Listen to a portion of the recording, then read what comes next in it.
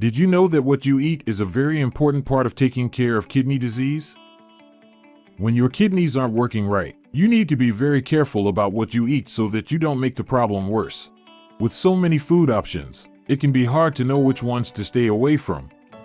In this video, we are going to talk about top 10 foods to avoid for kidney disease. 10. Dark-colored soda. Sodas not only have calories and sugar, but they also have phosphorus-based additives, especially the dark-colored ones.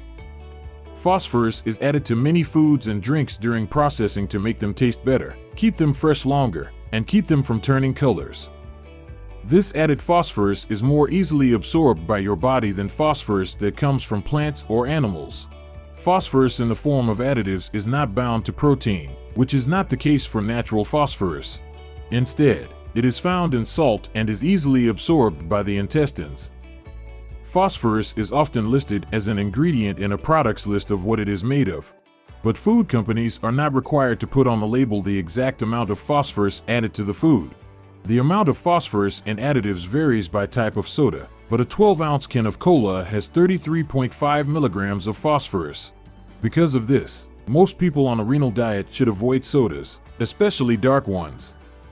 On a renal diet, you should avoid dark-colored sodas because they have added phosphorus, which is easily absorbed by the body. 9. Avocados. Avocados are often praised for their many health benefits, such as the healthy fats, fiber, and antioxidants they contain. Avocados are usually good for you, but if you have kidney disease, you should stay away from them because they are high in potassium. In fact, a single avocado of average size has a whopping 690 milligrams of potassium. People with kidney disease can still eat avocados, even if they need to limit potassium, as long as they limit the amount they eat to 1/4 of an avocado. If you have been told to watch how much potassium you eat, you should limit or avoid avocados, including guacamole. But keep in mind that everyone has different needs, and the most important thing to think about is your overall diet and health goals. If your doctor or dietitian told you to lower your potassium intake, you might want to avoid avocados on a renal diet. 8. Canned foods. People often buy canned foods like soups, vegetables, and beans because they are cheap and easy to use. But most canned foods have a lot of sodium because salt is used as a preservative to make them last longer. Because canned foods have a lot of sodium, people with kidney disease are often told to stay away from them or eat less of them. Most of the time, it's best to choose foods with less sodium or that say no salt added. Also, draining and rinsing canned foods like beans and tuna can reduce the amount of sodium in them by a lot. Most canned foods have a lot of salt in them. Most likely, the best way to cut down on your overall sodium intake is to avoid, limit, or buy low-sodium versions. 7. Whole wheat bread. People with kidney disease may not know how to choose the right bread. People who are healthy are usually told to eat whole wheat bread instead of white flour bread. Whole wheat bread may be healthier, mostly because it has more fiber. People with kidney disease are usually told to eat white bread instead of whole wheat bread, because of how much phosphorus and potassium it has. The amount of phosphorus and potassium in bread goes up with the amount of bran and whole grains it has. For instance, a regular slice of whole wheat bread, which is a 36-gram serving, has about 76 milligrams of phosphorus and 90 milligrams of potassium. A normal slice of white bread, on the other hand, has about 32 milligrams of phosphorus and potassium. By eating only one slice of whole wheat bread instead of two, you can cut your potassium and phosphorus intake without giving up whole wheat bread completely. Keep in mind that most bread and bread products, whether they are white or whole wheat, also have a lot of sodium in them. It's best to compare the nutrition labels of different kinds of bread. Choose one with less sodium if you can, and watch how much you eat. On a renal diet, white bread is usually better than whole wheat bread because it has less phosphorus and potassium. All bread has sodium in it, so it's best to look at the labels and choose a type with less sodium. 6. Brown rice. Brown rice is a whole grain, just like whole wheat bread, but it has more potassium and phosphorus than white rice. Each cup of cooked brown rice has 149 milligrams of phosphorus and 95 milligrams of potassium, while each cup of cooked white rice has only 69 milligrams of phosphorus and 54 milligrams of potassium. You might be able to eat brown rice on a renal diet, but only if you limit the amount you eat and balance it out with other foods so you don't get too much potassium and phosphorus each day. Bulgur, buckwheat, pearled barley, and couscous are healthy grains that have less phosphorus than brown rice. They can be used in place of brown rice. Brown rice has a lot of phosphorus and potassium, so if you are on a renal diet, you may need to limit the amount you eat or control how much you eat. You can also use white rice, bulgur, buckwheat, or couscous. Well, do you like what you are seeing so far? Don't forget to like and subscribe. Keep watching because you don't want to miss what we have at the #1 spot. 5. Bananas. Bananas are known to have a lot of potassium. Even though banana is naturally low in sodium, it has 422 milligrams of potassium. If you eat a banana every day and have been told to cut down on your potassium intake, it may be hard to do so. Too bad. A lot of other tropical fruits are also high in potassium. But pineapples have a lot less potassium than other tropical fruits and can be a better choice that still tastes good. Bananas have a lot of potassium, so a renal diet may tell you to eat less of them. Pineapple is good for your kidneys because it has a lot less potassium than other tropical fruits. 4. Dairy products. There are a lot of vitamins and nutrients in dairy products. They are also a good source of phosphorus and potassium and have a lot of protein.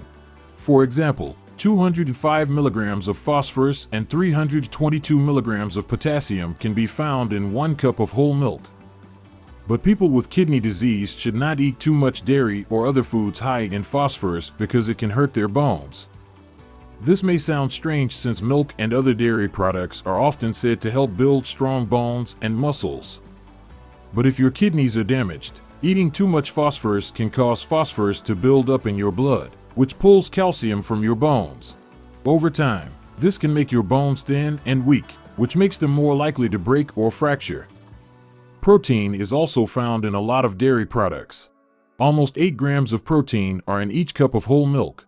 If you want to keep protein waste from building up in your blood, you may need to cut back on how much dairy you eat. Cow's milk has a lot more potassium, phosphorus, and protein than unenriched rice milk and almond milk. This makes them a good substitute for milk while on a renal diet.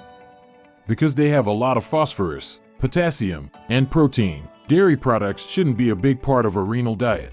Even though milk has a lot of calcium, the phosphorus in it may weaken the bones of people with kidney disease. 3. Oranges and juice from oranges. Oranges and orange juice may be best known for the vitamin C they have, but they also have a lot of potassium. There are 333 milligrams of potassium in 1 large orange. Also, 1 cup of orange juice has 458 milligrams of potassium in it. Because they are high in potassium, oranges and orange juice are probably best avoided or eaten in small amounts on a renal diet. Grapes, apples, and cranberries, as well as their juices, can be used instead of oranges and orange juice because they have less potassium. Oranges and orange juice are high in potassium, so a renal diet should limit them. Instead, you could eat grapes, apples, cranberries, or their juices. 2. Processed meat.